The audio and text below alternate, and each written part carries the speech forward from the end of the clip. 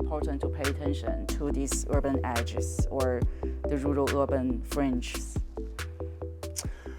Yeah, actually, the reason I wanted to write about it in the first place was that the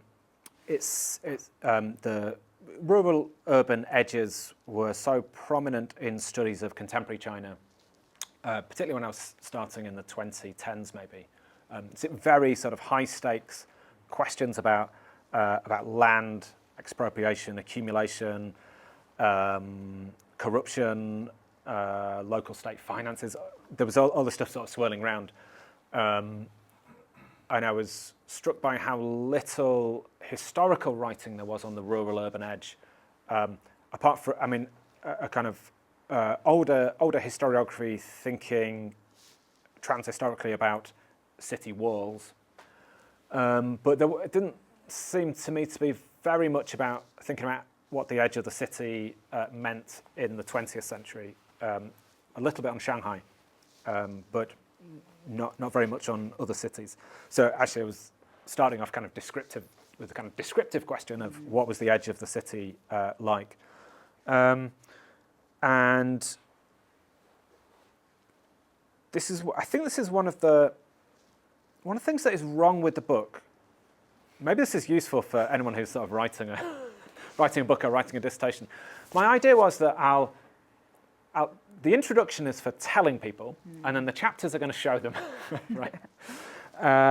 But actually, I think probably what I should have done a bit more of in the book, looking back, is doing a little bit more precise telling in the chapters. I don't know if you felt that reading it. I felt like the introduction sort of tells you everything, and then the chapters show it, but there isn't perhaps quite a close enough connection in the book between the two. I think one of the things I probably should have done a bit more is done a bit more to tell the reader more precisely how to analyse or how to think about the rural-urban edge at particular moments in particular chapters. Because we've been talking thematically, but the book is structured very boring history chronology. And actually, I think it can be quite difficult, particularly for a reader who's not sitting down to read the whole book, right? I think it can be quite difficult to grapple with individual chapters as you go along. Anyway, I think what probably I should have been a bit more precise about with the question of the rural-urban edge in the chapters is thinking about how some of the questions of China, contemporary China or China in the 2010s, have got these older historical resonances. One of the examples that I might have pushed on there is the questions of inequality and the building of industry at the edge of the city. So the example here is at the end of the 1910s, there's a huge cotton mill, a spinning mill built at the edge of what is then, now it's the middle, right? But back then it was the edge of Zhengzhou, and there's in a sense a real striking. It's a class inequality that's particularly marked at the urban edge between what is the 1920s, a kind of managerial class of people from the lower Yangtze, of migrant workers, and then villages on the edge of the city in the 1920s that have still got some fields, but are also providing kind of low-level services to industrial workers.